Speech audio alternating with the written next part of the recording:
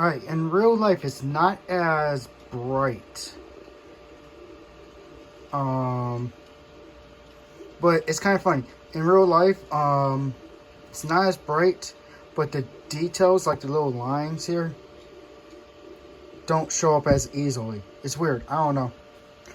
But let's take a nice looky look. Can you tell any layer lines on this? Because I can't. And I didn't print it at a slower pace or anything. I just printed it at the normal speed.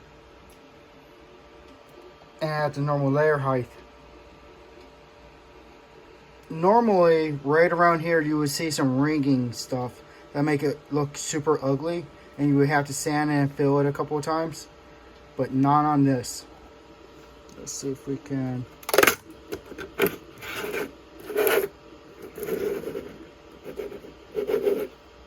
Yeah. So I'm sorry it's a full minute of just looking at this. But that is pretty impressive. Now I'm going to be printing next is the nose piece, because it's the same color.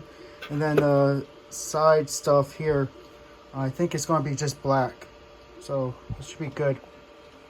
Oh, and look at the rest of the stuff. The sniper rifle looks good.